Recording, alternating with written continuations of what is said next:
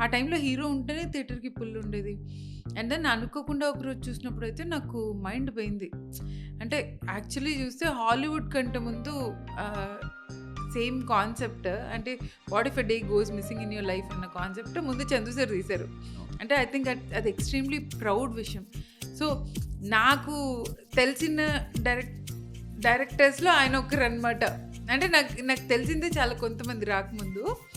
అందులో ఆయన he was my favourite.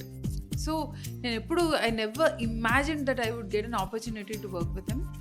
కానీ చెప్పా గదా! ఇందాక డామినో ఎఫెక్ట్. దానివల్ల I got an opportunity. And day 1 నుంచి ఫస్ట్ డే ఆయనతో ఇంటరాక్ట్ అయినప్పుడే నాకు ఫస్ట్ వచ్చిన థాట్, ఈయన దగ్గర నుంచి నాకు మామూలుగా లెర్నింగ్ ఉండదు. ఈయన దగ్గర నుంచి అన్నీ నేర్చేసుకోవాలన్న పాయింట్ ఆఫ్ వ్యూలోనే ఉన్నాను. అండ్ అప్పుడు నాకు మంచి ఐడియాస్ ఉన్నాయి గానీ, నాకు స్ట్రక్చరింగ్, స్క్రీన్ ప్లే ఎలా రాయాలి, ఎలా స్క్రీన్ ప్లేలో పెట్టాలి ఏది పెద్దగా తెలీదు.